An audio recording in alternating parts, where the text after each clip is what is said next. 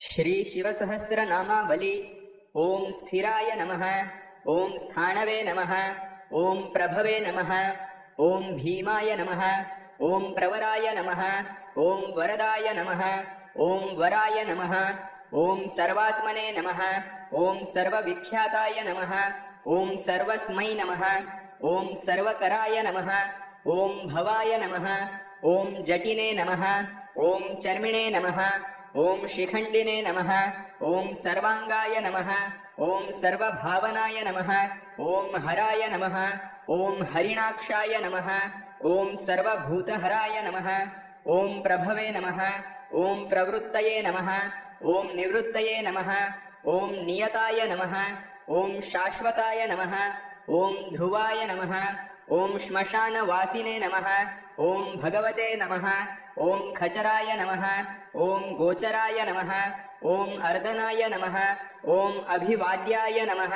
ओम महाकर्मणे नमः, ओम तपस्विने नमः, ओम भूतभावनाय नमः, ओम उन्मत्तवेषप्रच्छनाय नमः, ओम सर्वलोकप्रजापतये नमः, ओम महारूपाय नमः, ओम महाकायाय नमः, ओम वृषरूपाय नमः, ओम महायशसे नमः, ओम महात्मने नमः, ओम सर्वभूतात्मने नमः, ओम विश्वरूपाय नमः, ओम महाहणवे नमः, ओम लोकपालाय नमः, ओम अंतर्हितत्मने नमः, ओम प्रसादाय नमः, ओम हयगर्धभये नमः, ओम पवित्राय नमः, ओम महते नमः, ओम नियमाय नमः, ओम नियमाश्रिताय नमः, ओम सर्वकर्मणे नमः, ओम स्वयंभूताय नमः, ओम आदये नमः, ओम आदिकराय नमः, ओम निधये नमः, ओम सहस्राक्षाय नमः, ओम विशालाक्षाय नमः, ओम सोमाय नमः, ओम नक्षत्रसाधकाय नमः, ओम चंद्राय नमः, ओम सूर्याय नमः, ओम शनये नमः, ओम केतवे नमः, ओम ग्रहाय नमः, ओम ग्रहपतये नमः, ओम वराय नमः, ओम अत्रये नमः, ओम अत्र्या नमस्कर्त्रे नमः, ओम मृगबाणार्पणाय नमः, ओम अनघाय नमः, ओम महातपसे नमः, ओम घोरतपसे नमः, ओम अदीनाय नमः, ओम दीनसाधकाय नमः, ओम संवत्सरकराय नमः, ओम मंत्राय नमः, ओम प्रमाणाय नमः, ओम परमाय तपसे नमः, ओम योगिने नमः, ओम योज्याय नमः, ओम महाबीजाय नमः, ओम महारेतसे नमः, ओम महाबलाय नमः, ओम सुवर्णरेतसे नमः, ओम सर्वज्ञाय नमः, ओम सुबीजाय नमः, ओम बीजवाहनाय नमः, ओम दशबाहवे नमः, ओम अनिमिषाय नमः, ओम नीलकंठाय नमः, ओम उमापतये नमः, ओम विश्वरूपाय नमः, ओम स्वयं श्रेष्ठाय नमः, ओम बलवीराय नमः, ओम अबलोगणाय नमः, ओम गणकर्त्रे नमः, ओम गणपतये नमः, ओम दिग्वाससे नमः, ओम कामाय नमः, ओम मंत्रविदे नमः, ओम परमाय मंत्राय नमः, ओम सर्वभावकराय नमः, ओम हराय नमः, ओम कमंडलूधराय नमः, ओम धन्विने नमः, ओम बाणहस्ताय नमः, ओम कपालवते नमः, ओम अशनये नमः, ओम शतघ्निने नमः, ओम खड्गिने नमः, ओम पट्टिशिने नमः, ओम आयुधिने नमः, ओम महते नमः, ओम श्रुवहस्ताय नमः, ओम सुरूपाय नमः, ओम तेजसे नमः, ओम तेजस्कराय निधये नमः, ओम उष्णीषिणे नमः, ओम सुवक्त्राय नमः, ओम उदग्राय नमः, ओम विनताय नमः, ओम दीर्घाय नमः, ओम हरिकेशाय नमः, ओम सुतीर्थाय नमः, ओम कृष्णाय नमः, ओम शृगालरूपाय नमः, ओम सिद्धार्थाय नमः, ओम मुंडाय नमः, ओम सर्वशुभंकराय नमः, ओम अजाय नमः, ओम बहुरूपाय नमः, ओम गंधधारिणे नमः, ओम कपर्दिने नमः, ओम ऊर्ध्वरेतसे नमः, ओम ऊर्ध्वलिंगाय नमः, ओम ऊर्ध्वशायिने नमः, ओम नभस्थलाय नमः, ओम त्रिजटिने नमः, ओम चीरवाससे नमः, ओम रुद्राय नमः, ओम सेनापतये नमः, ओम विभवे नमः, ओम अहश्चराय नमः, ओम नक्तंचराय नमः, ओम तिग्ममन्यवे नमः, ओम सुवर्चसाय नमः, ॐ गजघ्ने नमः ॐ दैत्यघ्ने नमः ॐ कालाय नमः ॐ लोकधात्रे नमः ॐ गुणाकराय नमः ॐ सिंहशार्दूलरूपाय नमः ॐ आर्द्रचर्माम्बरावृताय नमः ॐ कालयोगिने नमः ॐ महानादाय नमः ॐ सर्वकामाय नमः ॐ चतुष्पथाय नमः ॐ निशाचराय नमः ॐ प्रेतचारिणे नमः ॐ भूतचारिणे नमः ॐ महेश्वराय नमः ॐ बहुभूताय नमः ॐ बहुधराय नमः ॐ स्वर्भानवे नमः ॐ अमिताय नमः ॐ गतये नमः ॐ नृत्यप्रियाय नमः ॐ नित्यनर्तनाय नमः ॐ नर्तकाय नमः ॐ सर्वलालसाय नमः ॐ घोराय नमः ॐ महातपसे नमः ॐ पाशाय नमः ॐ नित्याय नमः ॐ गिरिरुहाय नमः ॐ नभसे नमः ॐ सहस्रहस्ताय नमः ॐ विजयाय नमः ॐ व्यवसायाय नमः ॐ अतन्द्रिताय नमः ॐ अधर्षणाय नमः ॐ धर्षणात्मने नमः ॐ यज्ञघ्ने नमः ॐ कामनाशकाय नमः ॐ दक्ष्यागपहारिणे नमः ॐ सुसहाय नमः ॐ मध्यमाय नमः ॐ तेजोपहारिणे नमः ॐ बलघ्ने नमः ॐ मुदिताय नमः ॐ अर्थाय नमः ॐ अजिताय नमः ॐ अवराय नमः ॐ गम्भीरघोषय नमः ॐ गम्भीराय नमः ॐ गम्भीरबलवाहनाय नमः ॐ न्यग्रोधरूपाय नमः ॐ न्यग्रोधाय नमः ॐ वृक्षकर्णस्थिताय नमः ॐ विभवे नमः ॐ सुतीक्ष्णदशनाय नमः ॐ महाकायाय नमः ॐ महाननाय नमः ॐ विश्वक्सेनाय नमः ॐ हरये नमः ॐ यज्ञाय नमः ॐ संयुगापीडवाहनाय नमः ॐ तीक्ष्णतापाय नमः ॐ हर्यश्वाय नमः ॐ सहायाय नमः ॐ कर्मकालविदे नमः ॐ विष्णुप्रसादिताय नमः ॐ यज्ञाय नमः ॐ समुद्राय नमः ॐ बडवामुखाय नमः ॐ हुताशनसहायाय नमः ॐ प्रशान्तात्मने नमः ॐ हुताशनाय नमः ॐ उग्रतेजसे नमः ॐ महातेजसे नमः ॐ जन्याय नमः ॐ विजयकालविदे नमः ॐ ज्योतिषामयनाय नमः ॐ सिद्धये नमः ॐ सर्वविग्रहाय नमः ॐ शिखिने नमः ॐ मुण्डिने नमः ॐ जटिने नमः ॐ ज्वलिने नमः ॐ मूर्तिजाय नमः ॐ मूर्धजाय नमः ॐ बलिने नमः ॐ वैनविने नमः ॐ पणविने नमः ॐ तालिने नमः ॐ खलिने नमः ॐ कालकटङ्कटाय नमः ॐ नक्षत्रविग्रहमतये नमः ॐ गुणबुद्धये नमः ॐ लयाय नमः ॐ अगमाय नमः ॐ प्रजापतये नमः ॐ विश्वबाहवे नमः ॐ विभागाय नमः ॐ सर्वगाय नमः ॐ अमुखाय नमः ॐ विमोचनाय नमः ॐ सुसरणाय नमः ॐ हिरण्यकवचोद्भवाय नमः ॐ मेढ्रजाय नमः ॐ बलचारिणे नमः ॐ महीचारिणे नमः ॐ श्रुताय नमः ॐ सर्वतूर्यविनोदिने नमः ॐ सर्वतोद्यपरिग्रहाय नमः ॐ व्यालरूपाय नमः ॐ गुहावासिने नमः ॐ गुहाय नमः ॐ मालिने नमः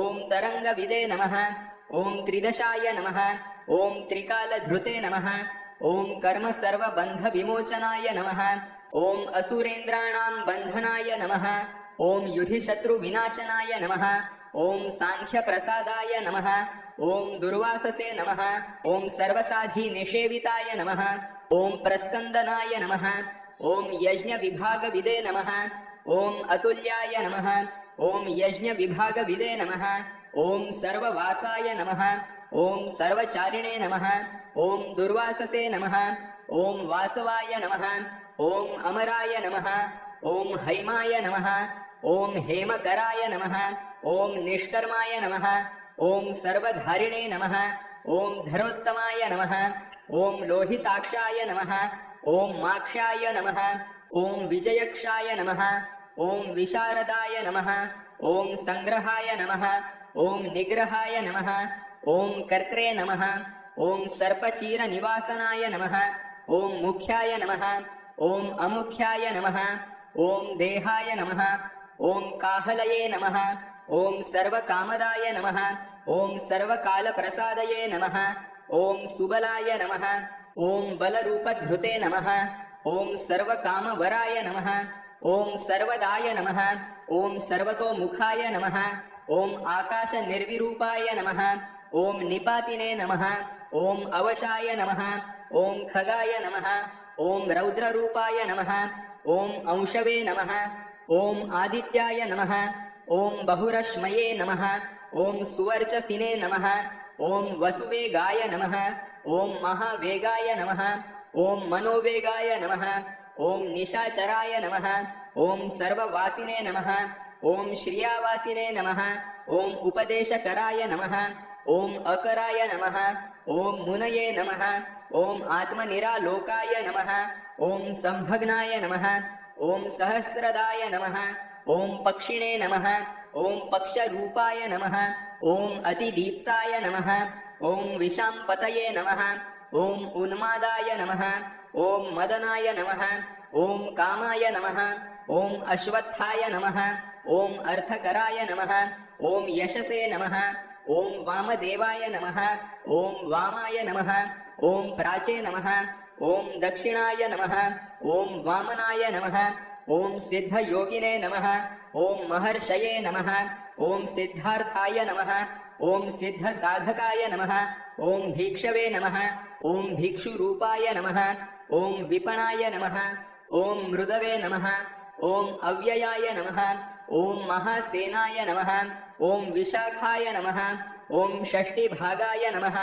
ॐ गवाम्पतये नमः ॐ वज्रहस्ताय नमः ॐ विष्कम्भिने नमः ॐ चमूस्तम्भनाय नमः ॐ वृत्तावृत्तकराय नमः ॐ तालाय नमः ॐ मधवे नमः ॐ मधुकलोचनाय नमः ॐ वाचस्पत्याय नमः ॐ वाजसेनाय नमः ॐ नित्यमाश्रितपूजिताय नमः ॐ ब्रह्मचारिणे नमः ॐ लोकचारिणे नमः ॐ सर्वचारिणे नमः ॐ विचारविदे नमः ॐ ईशानाय नमः ॐ ईश्वराय नमः ॐ कालाय नमः ॐ निशाचारिणे नमः ॐ पिनाकभ्ये नमः ॐ निमित्तस्थाय नमः ॐ निमित्ताय नमः ॐ नन्दये नमः ॐ नन्दिकराय नमः ॐ हरये नमः ॐ नन्दीश्वराय नमः ॐ नन्दिने नमः ॐ नन्दनाय नमः ॐ नन्दिवर्धनाय नमः ॐ भगहारिणे नमः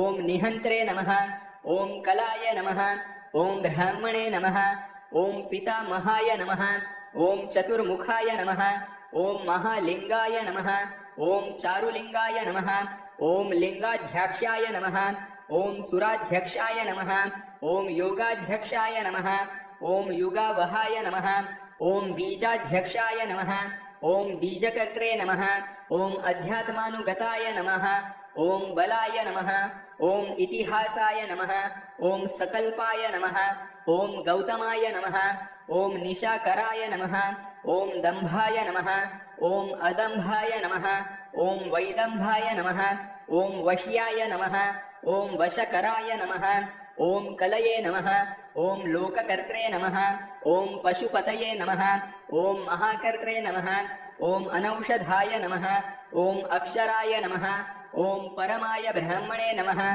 ॐ बलवते नमः ॐ शक्राय नमः ॐ नित्यै नमः ॐ अनित्यै नमः ॐ शुद्धात्मने नमः ॐ शुद्धाय नमः ॐ मान्याय नमः ॐ गतागताय नमः ॐ बहुप्रसादाय नमः ॐ सुस्वप्नाय नमः ॐ दर्पणाय नमः ॐ अमित्रजिते नमः ॐ वेदकाराय नमः ॐ मन्त्रकाराय नमः ॐ विदुषे नमः ॐ समरमर्दनाय नमः ॐ महामेघनिवासिने नमः ॐ महाघोराय नमः ॐ वशिने नमः ॐ कराय नमः ॐ अग्निज्वालाय नमः ॐ महाज्वालाय नमः ॐ अतिधूम्राय नमः ॐ हुताय नमः ॐ हविषे नमः ॐ वृषणाय नमः ॐ शङ्कराय नमः ॐ नित्यं वर्चस्विने नमः ॐ धूमकेतनाय नमः ॐ नीलाय नमः ॐ अलङ्गलुब्धाय नमः ॐ शोभनाय नमः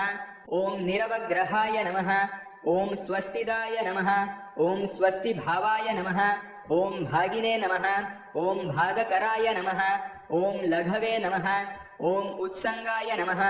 ॐ महांगाय नमः। ॐ महागर्भपरायणाय नमः। ॐ कृष्णवर्णाय नमः। ॐ सुवर्णाय नमः। ॐ सर्वदेहिनां इन्द्रयाय नमः। ॐ महापादाय नमः। ॐ महाहस्ताय नमः। ॐ महाकायाय नमः। ॐ महायशसे नमः। ॐ महामूर्ध्ने नमः। ॐ महामात्राय नमः। ॐ महानेत्राय नमः। ॐ निशालयाय नमः। ॐ महान्तकाय नमः। ॐ महाकर्णाय नमः। ॐ महोष्ठाय नमः। ॐ महाहणवे नमः। ॐ महानासाय नमः। ॐ महाकम्बवे नमः। ॐ महाग्रीवाय नमः। ॐ श्मशानभाजे नमः। ॐ महावक्षसे नमः। ॐ महोरस्काय नमः। ॐ अन्तरात्मने नमः। ॐ मृगालयाय नमः। ॐ लम्बनाय नमः। ॐ लम्बितोष्ठाय नमः। ॐ महामायाय नमः। ॐ पयोनिधये नमः। ॐ महादन्ताय नमः। ॐ महादंष्ट्राय नमः। ॐ महज्जिह्वाय नमः। ॐ महामुखाय नमः। ॐ महानखाय नमः। ॐ महारोमाय नमः। ॐ महाकोशाय नमः। ॐ महाजटाय नमः। ॐ प्रसन्नाय नमः। ॐ प्रसादाय नमः। ॐ प्रत्ययाय नमः। ॐ गिरिसाधनाय नमः। ॐ स्नेहनाय नमः। ॐ अस्नेहनाय नमः। ॐ अजिताय नमः। ॐ महामुनये नमः। ॐ वृक्षाकाराय नमः। ॐ वृक्षकेतवे नमः। ॐ अनलाय नमः। ॐ वायुवाहनाय नमः। ॐ गण्डलिने नमः। ॐ मेरुधाम्ने नमः। ॐ देवाधिपतये नमः। ॐ अथर्वशीर्षाय नमः। ॐ सामास्याय नमः। ॐ ऋक्सहस्रामितेक्षणाय नमः। ॐ युजः पादभुजाय नमः। ॐ गुह्याय नमः। ॐ प्रकाशाय नमः। ॐ जङ्गमाय नमः। ॐ अमोघार्थाय नमः। ॐ प्रसादाय नमः। ॐ अभिगम्याय नमः। ॐ सुदर्शनाय नमः। ॐ उपकाराय नमः। ॐ प्रियाय नमः। ॐ सर्वाय नमः। ॐ कनकाय नमः। ॐ कैचनच्छवये नमः। ॐ नाभये नमः। ॐ नन्दिकराय नमः। ॐ भावाय नमः। ॐ पुष्करस्थापतये नमः। ॐ स्थिराय नमः। ॐ द्वादशाय नमः। ॐ त्रासनाय नमः। ॐ आद्याय नमः। ॐ यज्ञाय नमः। ॐ यज्ञसमाहिताय नमः। ॐ नक्तं नमः। ॐ कलये नमः। ॐ कालाय नमः। ॐ मकराय नमः। ॐ कालपूजिताय नमः। ॐ सगणाय नमः। ॐ गणकाराय नमः। ॐ भूतवाहनसारथये नमः। ॐ भस्मशयाय नमः। ॐ भस्मगोप्त्रे नमः। ॐ भस्मभूताय नमः। ॐ तरवे नमः। ॐ गणाय नमः। ॐ लोकपालाय नमः। ॐ अलोकाय नमः। ॐ महात्मने नमः। ॐ सर्वपूजिताय नमः। ॐ शुक्लाय नमः। ॐ त्रिशुक्लाय नमः। ॐ सम्पन्नाय नमः। ॐ शुचये नमः। ॐ भूतनिषेविताय नमः। ॐ आश्रमस्थाय नमः। ॐ क्रियावस्थाय नमः। ॐ विश्वकर्ममतये नमः। ॐ वराय नमः। ॐ विशालशाखाय नमः। ॐ ताम्रोष्ठाय नमः। ॐ अम्बुजालाय नमः। ॐ सुनिश्चलाय नमः। ॐ कपिलाय नमः। ॐ कपिशाय नमः। ॐ शुक्लाय नमः। ॐ अयुषे नमः। ॐ पराय नमः। ॐ अपराय नमः। ॐ गन्धर्वाय नमः। ॐ अदितये नमः। ॐ तार्क्ष्याय नमः। ॐ सुविज्ञेयाय नमः। ॐ सुशारदाय नमः। ॐ परश्वधायुधाय नमः। ॐ देवाय नमः। ॐ अनुकारिणे नमः। ॐ सुबान्धवाय नमः। ॐ तुम्बवीणाय नमः। ॐ महाक्रोधाय नमः। ॐ ऊर्ध्वरेतसे नमः। ॐ जलेशयाय नमः। ॐ उग्राय नमः। ॐ वशङ्कराय नमः। ॐ वंशाय नमः। ॐ वंशनादाय नमः। ॐ अनिन्दिताय नमः। ॐ सर्वाङ्गरूपाय नमः। ॐ मायाविने नमः। ॐ सुहृदाय नमः। ॐ अनिलाय नमः। ॐ अनलाय नमः। ॐ बन्धनाय नमः। ॐ बन्धकर्त्रे नमः। ॐ सुबन्धनविमोचनाय नमः।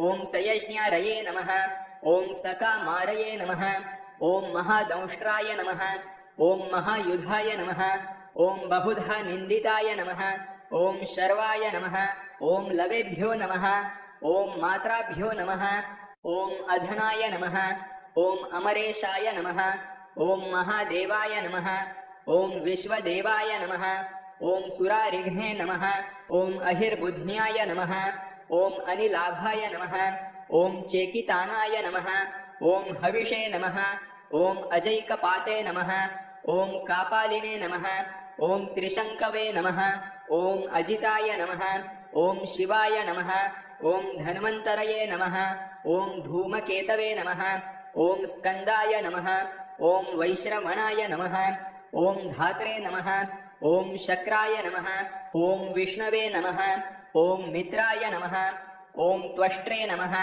ॐ ध्रुवाय नमः ॐ धराय नमः ॐ प्रभावाय नमः ॐ सर्वगाय वायवे नमः ॐ अर्यन्मे नमः ॐ सवित्रे नमः ॐ रवये नमः ॐ उषङ्गवे नमः ॐ विधात्रे नमः ॐ मान्धात्रे नमः ॐ भूतभावनाय नमः ॐ विभवे नमः ॐ वर्णविभाविने नमः ॐ सर्वकामगुणावहाय नमः ॐ पद्मनाभाय नमः ॐ महागर्भाय नमः ॐ चन्द्रवक्त्राय नमः ॐ अनिलाय नमः ॐ अनलाय नमः ॐ बलवते नमः ॐ उपशान्ताय नमः ॐ पुराणाय नमः ॐ पुण्यचैचवे नमः ॐ ये नमः ॐ कुरुकर्त्रे नमः ॐ कुरुवासिने नमः ॐ कुरुभूताय नमः ॐ गुणौषधाय नमः ॐ सर्वाशयाय नमः ॐ दर्भचारिणे नमः ॐ सर्वेषां प्राणिनां पतये नमः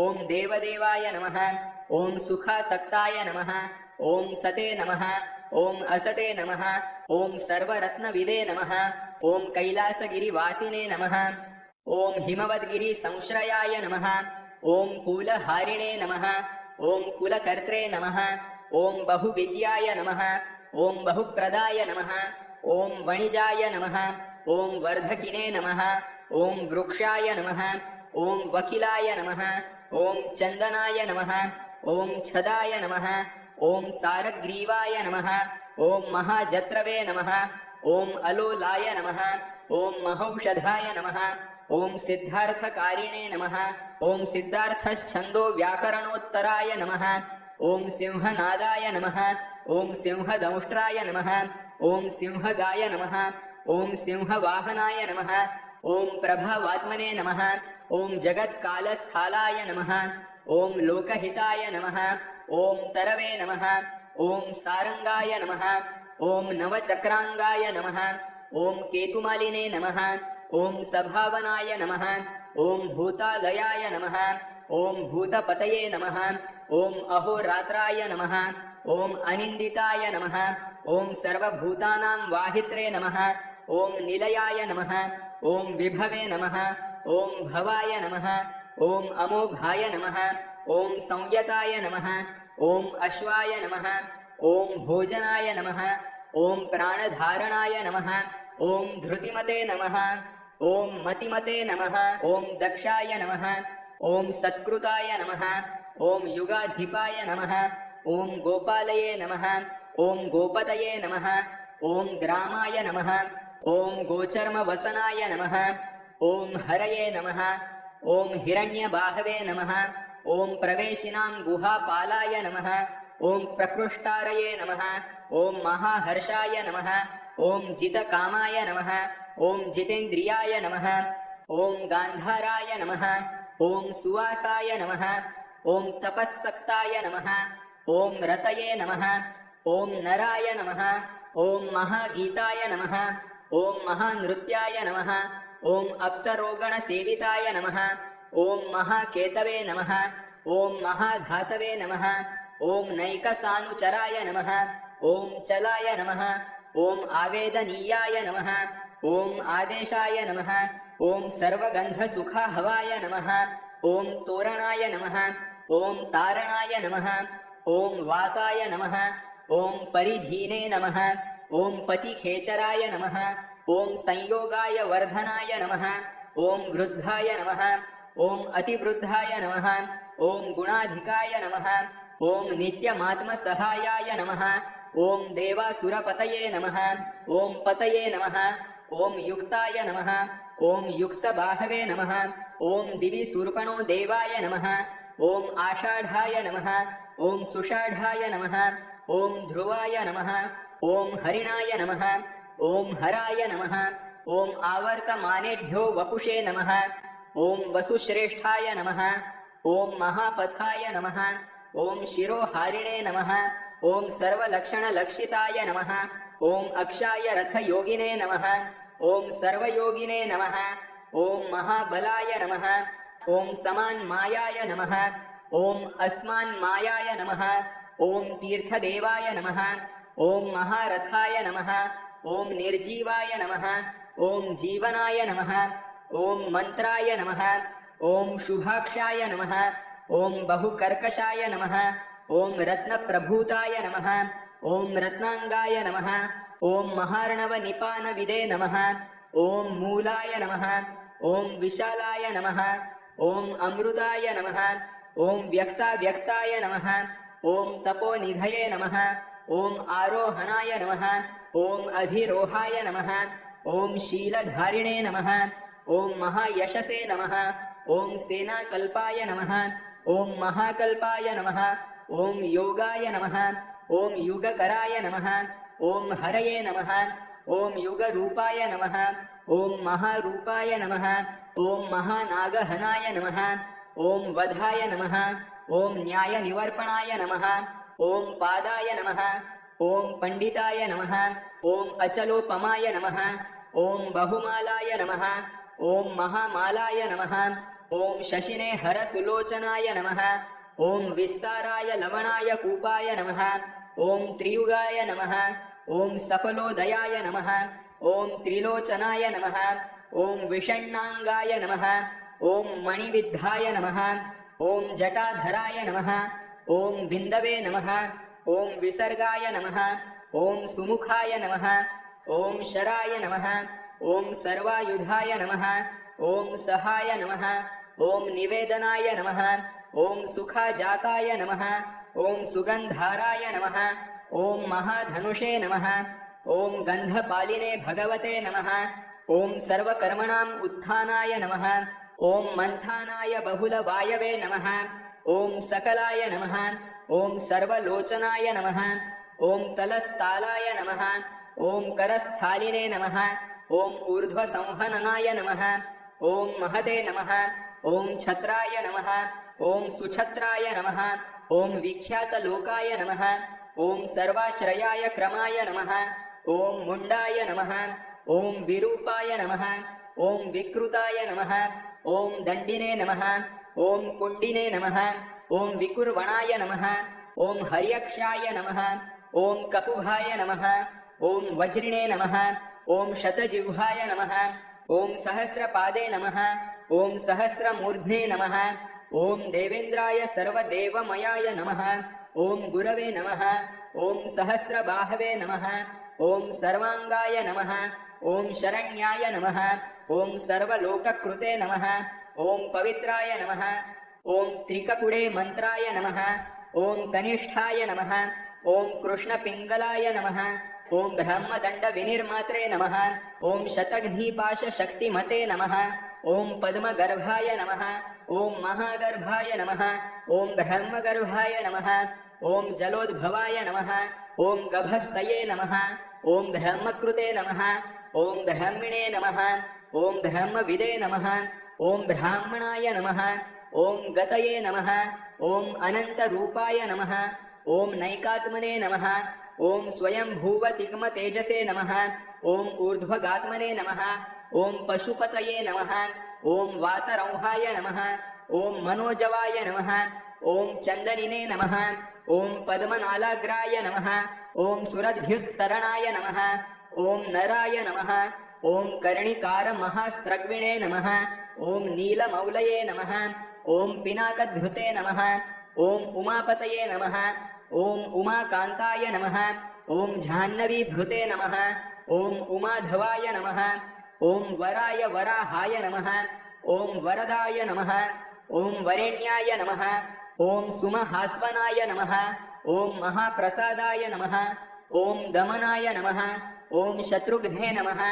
ॐ श्वेतपिङ्गलाय नमः ॐ प्रीतात्मने नमः ॐ परमात्मने नमः ॐ प्रयतात्मने नमः ॐ प्रधानधृते नमः ॐ सर्वपार्श्वमुखाय नमः ॐ त्र्यक्ष्याय नमः ॐ धर्मसाधारणो वराय नमः ॐ चराचरात्मने नमः ॐ सूक्ष्मात्मने नमः ॐ अमृताय गोवृषेश्वराय नमः ॐ साध्यर्षये नमः ॐ वसुरादित्याय नमः ॐ विवस्वते सवितामृताय नमः ॐ व्यासाय नमः ॐ सर्गाय सुसंक्षेपाय विस्तराय नमः ॐ पर्यायो नराय नमः ॐ ऋतवे नमः ॐ संवत्सराय नमः ॐ मासाय नमः ॐ पक्षाय नमः ॐ संख्यासमापनाय नमः ॐ कलाभ्यो नमः ॐ काष्ठाभ्यो नमः ॐ लवेभ्यो नमः ॐ मात्राभ्यो नमः ॐ मुहूर्तार्हक्षपाभ्यो नमः ॐ क्षणेभ्यो नमः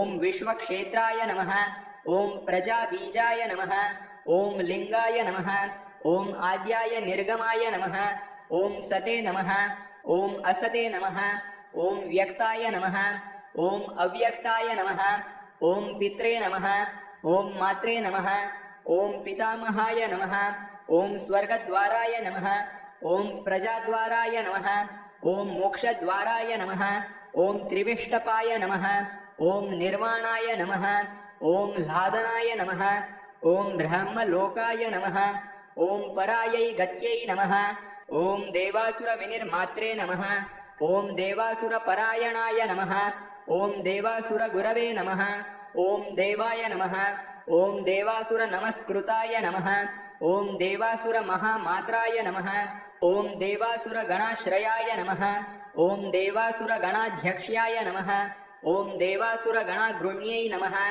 ॐ देवातिदेवाय नमः ॐ देवर्षये नमः ॐ देवासुरवरप्रदाय नमः ॐ देवासुरेश्वराय नमः ॐ विश्वाय नमः ॐ देवासुरमहेश्वराय नमः ॐ सर्वदेवमयाय नमः ॐ अचिन्त्याय नमः ॐ देवतात्मने नमः ॐ आत्मसम्भवाय नमः ॐ उब्धिदे नमः ॐ त्रिविक्रमाय नमः ॐ वैद्याय नमः ॐ विरजाय नमः ॐ नीरजाय नमः ॐ अमराय नमः ॐ इड्याय नमः ॐ हस्तीश्वराय नमः ॐ व्यघ्राय नमः ॐ देवसिंहाय नमः ॐ नरऋषभाय नमः ॐ विबुधाय नमः ॐ अग्रवराय नमः ॐ सूक्ष्माय नमः ॐ सर्वदेवाय नमः ॐ तपोमयाय नमः ॐ सुयुक्ताय नमः ॐ शिभनाय नमः ॐ वज्रिणे नमः ॐ प्रासानां प्रभवाय नमः ॐ अव्ययाय नमः ॐ गुहाय नमः ॐ कान्ताय नमः ॐ निजाय सर्गाय नमः ॐ पवित्राय नमः ॐ सर्वपावनाय नमः ॐ शृङ्गिणे नमः ॐ शृङ्गप्रियाय नमः ॐ बभ्रुवे नमः ॐ राजराजाय नमः ॐ निरामयाय नमः ॐ अभिरामाय नमः ॐ सुरगणाय नमः ॐ विरामाय नमः ॐ सर्वसाधनाय नमः ॐ ललाटाक्षाय नमः ॐ विश्वदेवाय नमः ॐ हरिणाय नमः ॐ ब्रह्मवर्चसाय नमः ॐ स्थावराणां पतये नमः ॐ नियमेन्द्रियवर्धनाय नमः ॐ सिद्धार्थाय नमः ॐ सिद्धभूतार्थाय नमः ॐ अचिन्त्याय नमः ॐ सत्यव्रताय नमः ॐ शुचये नमः ॐ व्रताधिपाय नमः ॐ परस्मै नमः ॐ ब्रह्मणे नमः ॐ भक्तानां परमायै गतये नमः ॐ विमुक्ताय नमः ॐ मुक्ततेजसे नमः ॐ श्रीमते नमः ॐ श्रीवर्धनाय नमः ॐ जगते नमः इति शिवसहस्रनामावलिः शिवार्पणम्।